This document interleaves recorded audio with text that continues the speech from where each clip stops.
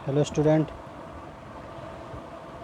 कल हमने पढ़ा था पावर प्लांट इंजीनियरिंग में रैनकाइन साइकिल। ठीक, उसमें हमने देखा था कैसे कौन कौन सी उसमें कितनी साइकिल होती हैं, ठीक, कितने प्रोसेस होती हैं। तो हम नेक्स्ट पढ़ेंगे रीहीट साइकिल। ठीक ठीक, देखते हैं रीहीट साइकिल क्या होती है। हिंदी में बोलते हैं इसे पुण्य तापक चक्र। ठीक, चलिए, आजकल पुण्य तापक चक्र रीहीट साइकिल को उच्च दाब तथा उच्च ताप के संयंत्र प्रयोग में लाए जा रहे हैं। ठीक है, क्या हो रहा है आजकल,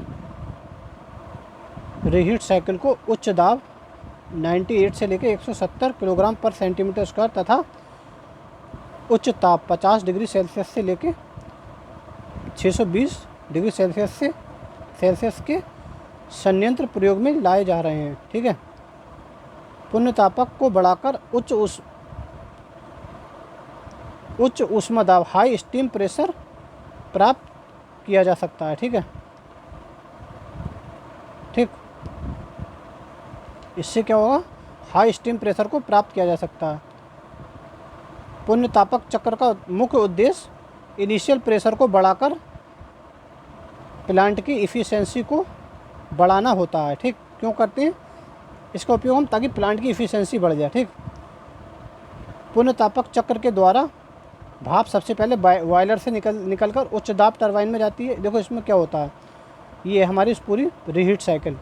ठीक, पुण्य तापक चक्र, इसमें क्या है, दो टरबाइन यूज़ करते हैं, एक हाई प्रेशर टरबाइन, दूसरा लो प्रेशर टरबाइन। इसमें क्या होता है, सबसे पहले भाप बॉयलर से निकलकर उच्च दाब टरबाइन में जाती है। ठीक है, बॉयलर से निकलकर उच्च दाब टरबाइन में जाती है, जहाँ इसके विस्तार के अंतर्गत किसी इंटरमीडिएट स्टेज पर, मध्यवर्ती स्टेज पर टरबाइन से भाप निकाल ली जाती है। ठीक, और बॉयलर में भेज दी जाती है।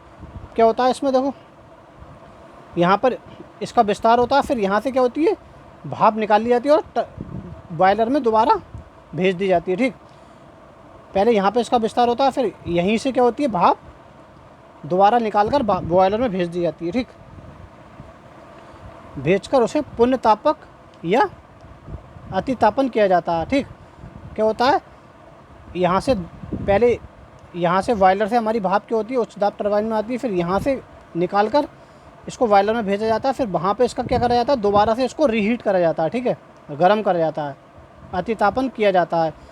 पुण्य तप्त भाप को, मतलब जो गर्म, अब दोबारा जो गर्म होगी भाप, इसको निम्न टरबाइन में भेजा जाता है। अब क्या होगा, यहाँ से यहीं से क्या होगा, अब हाई प्रेशर टरबाइन पर नहीं जाएगी, अब क्या होगी, लो प्रेशर टरबाइन पर जाएगी। यहाँ से दोबारा गर्म होकर भाप लो प्रेशर टरबाइन पर जाएगी। ठीक है, लो प्रेशर टरबाइन में जाती है, जहाँ से इसके विस्तार के पश्चात इसका निकास संघनित्र में होता है, मतलब कंडेंसर में होता है। अब क्या है, यहाँ पर भाप का विस्तार होता है, भाप क्या करती है, इसको चलाती है, इस वाली टरबाइन को, लो प्रेशर टरबाइन को। फिर इसके बाद जो भाप है वो हमारी कहाँ जाती है, कंडेंसर में जाती है। वहाँ यहाँ पर ये कंडेंस होकर, ठंडी होकर दोबारा पानी में बदल जाती है। फिर पंप की सहायता से ये पानी क्या होता है, दोबारा हमारे बॉयलर में जाता है। ये साइकिल लगातार चलती रहती है। ठीक है, तो यही बताया गया इसमें, जहाँ से विस्तार के पश्चात इसका निकास संघनित्र में हो जाता है, संघनित्र में भाप जल में परिवर्तित हो जाती है और इसे पंप की सहायता से बॉयलर में भेज दिया जाता है। इस प्रकार एक चक्र पूर्ण हो जाता है। ठीक है, इस प्रकार क्या होता है, एक चक्कर हमारा पूर्ण हो जाता है, ये चक्कर लगातार चलता रहता है। तो यहाँ पर देखो, हम यहाँ पर दो टरबाइन यूज़ करे जाते हैं, फिर एक यहाँ पर क्या करा जाता है, अतितापक यूज़ करा जाता है। ठीक है, एक हीटर यूज़ करा जाता है जिसको बोलते हैं अतितापक। ठीक है, ठीक है, पुनः तापन चक्र के प्रयोग से ऊष्मा संयंत्रों की ऊष्मा दक्षता में वृद्धि होती है। ठीक, इससे क्या होता है, हमारा इसकी दक्षता में, हमारी थर्मल एफिशिएंसी में वृद्धि होती है। ठीक है, इसलिए हम इसको यूज़ करते हैं। ठीक, इस वाली साइकिल को।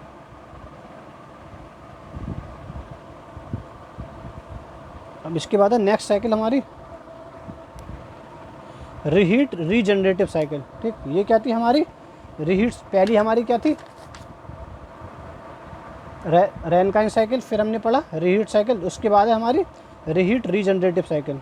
ठीक, इसको देखते हैं क्या होती है। ये देखो इसका डायग्राम है ये।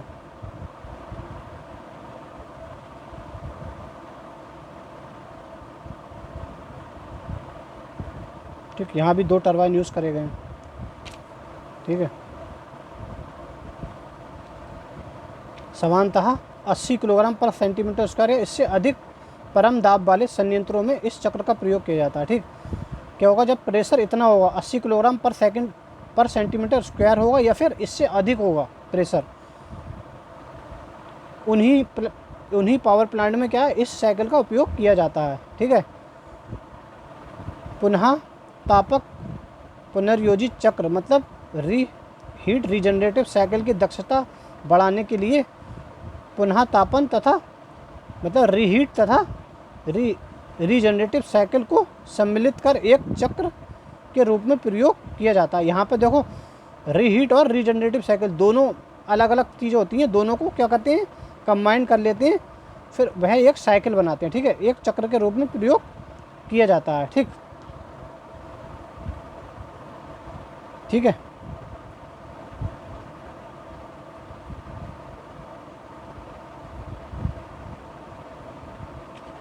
यह क्या होता है हमारा बॉयलर से क्या होती है हमारी, यहाँ पे दिखाया गया देखो ये। ठीक है, सबसे पहले बॉयलर में संघनित जल को भेजने से पहले क्या होता है गर्म करते हैं। ठीक, क्या होता है देखो ये हमारी क्या है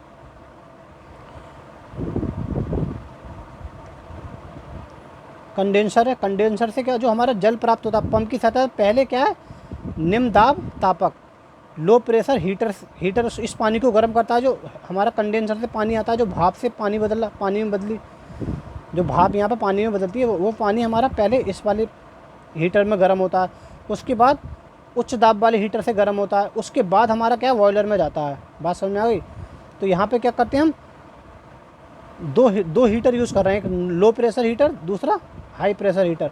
जो संघनित्र से कंडेंसर से जो पानी मिल रहा है हमें वह पहले इसके द्वारा गर्म किया जा रहा है, फिर दोबारा इसके द्वारा गर्म किया जा रहा है, उसके बाद बॉयलर में आ रहा है। यही बता रहा है ये बॉयलर में संघनित्र जल को भेजने से पहले गर्म करते हैं। इसके लिए टरबाइन की भाप का उपयोग करते हैं। टरबाइन के भाप के विस्तार में बॉयलर से ऊष्मा निकाल कर क्या होता है टरबाइन पर भाप जो हमारी एक्सपेंशन होती है। ठीक है, तो क्या उसकी ऊष्मा उससे विस्तार में बॉयलर से ऊष्मा निकालकर बॉयलर में प्रयुक्त हीटर को भेजा जाता है, जो कि बॉयलर में पुनः निवेशित जल फीड वाटर को गर्म करता है। अब क्या होता है देखो यहाँ पे क्या होता है, ये जो हमारा टरबाइन है ना, इस टरबाइन पर जो हमारी हाई प्रेशर और गर्म जो भाप आती है, उस भाप वो क्या होती है हमारी यहाँ जाती है संघनित्र में जाती है, पानी में बदलती है, फिर उस भाप की जो हीट होती है ना, उस हीट को निकाल कर हमारा हीटर में भेजा जाता है। बात समझ में आ गई। यही कहना चाह रहा है देखो ये टरबाइन में भाप के विस्तार में बॉयलर से ऊष्मा निकालकर बॉयलर में प्रयुक्त हीटर में भेजा जाता है। ठीक है, भाप से ऊष्मा निकालकर। ठीक, इसमें गलत दिया हुआ है। यहाँ पे जो विस्तार होगा ना हमारा भाप का विस्तार होगा इसमें टरबाइन पर, तो वो टरबाइन यहाँ पे उसकी ऊष्मा भी होगी उसका। ठीक, भाप की ऊष्मा होगी, तो उस भाप की ऊष्मा को क्या करते हैं हम हीटर में भेजते हैं। इस हीटर में क्या है ये पानी जो है दोबारा फीड करा जा रहा है, जो वो गर्म होता है। ठीक, तो उसको गर्म करने के लिए किसका यूज़ करते हैं, जो भाप की जो ऊष्मा होती है उसका यूज़ करते हैं। ठीक है, तो यही बताना चाह रहा है ये। ठीक,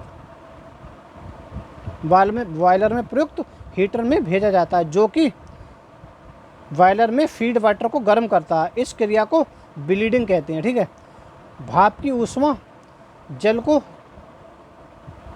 तापकों में ट्रांसफ़र करते हैं, जिससे कि टरबाइन की निकास भाप के साथ संघनित जल व्यर्थ न चला जाए। ठीक, इस प्रकार संघनित जल को ऊष्मा प्रदान कर इसका रीजनरेशन किया जाता है। ठीक, अर्थात पुनर्योजन के इस चक्र को पुनर्योजित चक्र रीजनरेटिव चक्र कहते हैं। इसमें 2 तापक होते हैं और प्रत्येक तापक के साथ एक अलग पंप का प्रयोग हुआ है। ठीक है, ये क्या है हमें यहाँ दिखाया गया है। ठीक, इसको यहाँ पे दिखाया गया है। इसमें क्या होता है देखो अब मैं समझाता हूँ इस साइकिल को तुम्हें। इसमें क्या होता है बॉयलर से भाप बनती है। ठीक, वो भाप सबसे पहले हमारी कहाँ जाती है हाई प्रेशर टरबाइन में जाती है। बात समझ में आई। हाई प्रेशर टरबाइन में भाप क्या करती है इसको चलाती है हाई प्रेशर टरबाइन को। ठीक, इससे क्या, यहाँ पे क्या होता है, भाप का एक्सपेंशन होता है, विस्तार होता है।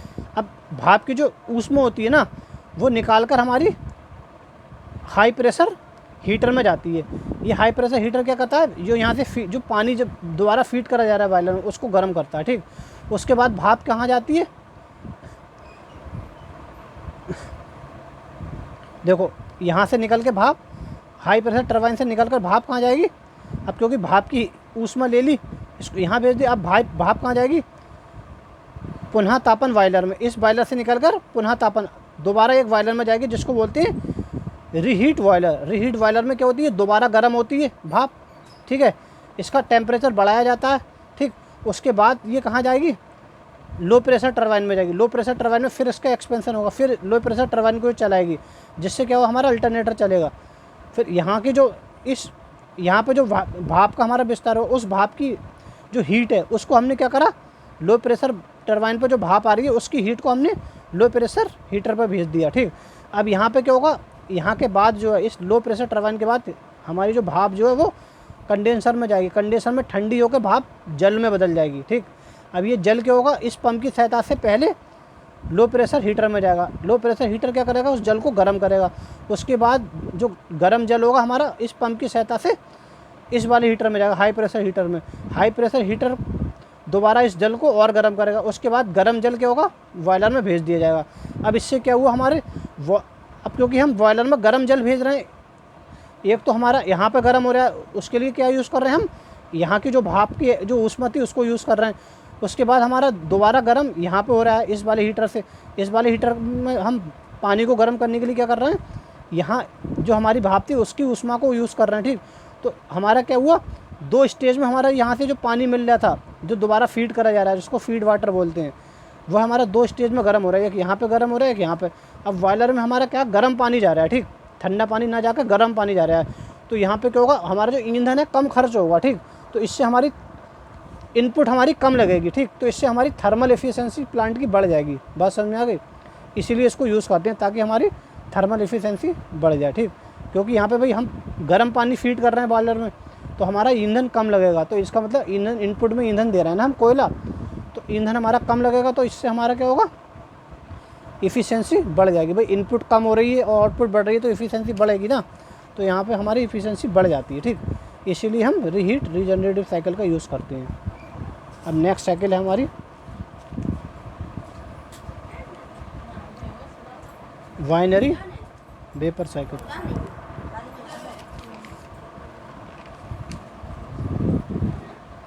अब हमारी है वाइनरी वेपर साइकिल। ये बहुत इम्पोर्टेंट है, इसी साइकिल को यूज़ करते हैं, ठीक है। वाइनरी वेपर साइकिल, ठीक। ये क्या होता है, इसमें दो वर्किंग फ्लूइड कार्यकारी द्रव प्रयोग किए जाते हैं, ठीक है। वाइनरी वेपर साइकिल, अभी इसका डायग्राम भी दिखाऊंगा। जबकि अन्य चक्रों में केवल भाप ही कार्यकारी पदार्थ के रूप में प्रयोग की जाती है, ठीक। बाकी सारे जो चक्र थे अभी हमने पढ़े, उनमें केवल भाप यूज़ कर रहे थे हम वर्किंग फ्लूइड की तरह। लेकिन यहाँ पे दो यूज़ करे जाएंगे, दो हमारे वर्किंग फ्लूइड यूज़ करे जाएंगे। चक्र की दक्षता भी सामान्य शक्ति चक्रों से अधिक होती है, इसकी दक्षता भी बढ़ जाती है, ठीक। इसके प्रमुख कार्यकारी तरल या द्रव भाप तथा पारा भाप हैं, ठीक है। इसमें जो वर्किंग फ्लूइड यूज होते हैं अलग अलग दो, वह दो होते हैं। एक क्या होती है, तरल भाप होती है, मतलब पानी की भाप होती है। दूसरी क्या होगी, हमारे पारे की भाप होगी, ठीक है। एक होगी हमारी वाटर वेपर, दूसरी होगी मरकरी वेपर, ठीक। इसके अतिरिक्त भाप के साथ अन्य द्रव भी प्रयोग किए जाते हैं, जैसे डाइफिनाइल ईथर, डाइफिनाइल ऑक्साइड आदि, ठीक है। चक्र में भाप तथा पारा भाप के दो अलग अलग परिपथ हैं, ठीक है। दो अलग अलग परिपथ यूज़ करे जाते हैं दोनों भापों के लिए। पहले परिपथ में पारा भाप का उत्पादन पारा बॉयलर में होता है और यह टरबाइन में जाकर भाप का विस्तार करता है, ठीक। और यही पारा भाप संघनित होकर पुनः बॉयलर में भेज दिया जाता है। फिर दूसरे परिपथ में ऊष्मा विनिमय में पारा वाष्प के द्वारा निकाली गई ऊष्मा को भाप बनाने में प्रयोग किया जाता है। ठीक है, दूसरे परिपथ में क्या है, जो पारा भाप से हमें जो ऊष्मा मिली है उस ऊष्मा को यूज़ करेंगे भाप बनाने में। ठीक, दूसरे परिपथ में यह भाप बॉयलर से होती हुई अतितापन में अतितप्त होकर, ठीक है, अतितापन को बोलते हैं, एक हीटर होता है, ये हीटर बोलते हैं इसको। ठीक है, ठीक है, इससे क्या होता है, इसमें ये क्या दोबारा हमारी हीट होती है और फिर टरबाइन में जाती है, इसका एक्सपेंशन होता है, जहाँ टरबाइन में इसका एक्सपेंशन होता है, विस्तार होता है, और यह संयंत्र में चली जाती है। संयंत्र में इकट्ठे जल को पंप द्वारा ऊष्मा विनिमयत्र में, हीट एक्सचेंजर में भेज दिया जाता है। इस प्रकार ये एक चक्र पूरा हो जाता है। ठीक है, यह चक्र हमारा लगातार चलता रहता है। इसमें आवश्यक सुधार करके इस चक्र की दक्षता को बढ़ा सकते हैं। ठीक है, अब ये क्या हमारा इसका डायग्राम है। ठीक, ये डायग्राम दिखाया गया है।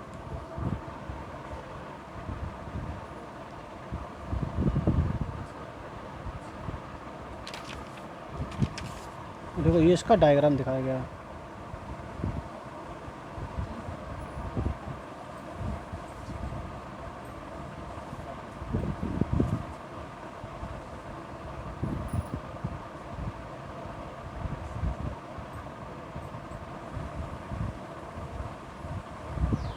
ठीक, तो इसमें क्या होता है, सब दो सर्किट होते हैं यहाँ पे।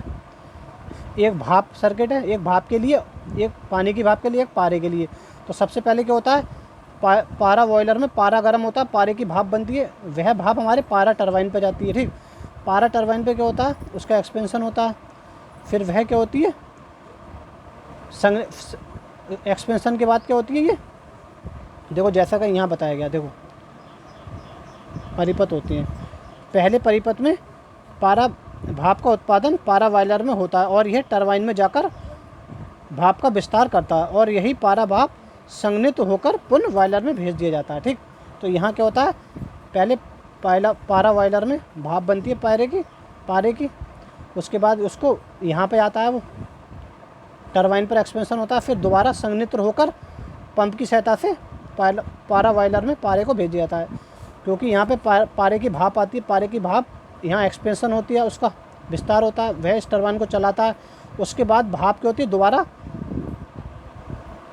पारे में बदलकर पंप के द्वारा ठंडी होकर पंप के द्वारा बॉयलर में भेज दी जाती है। ठीक है, पारा बॉयलर में, ये पारा बॉयलर है। ठीक, इसमें भेज दी जाएगी। ठीक है, उसके बाद क्या होगा, अब इस पारे की जो भाप थी उसकी हीट जो है क्या करती है,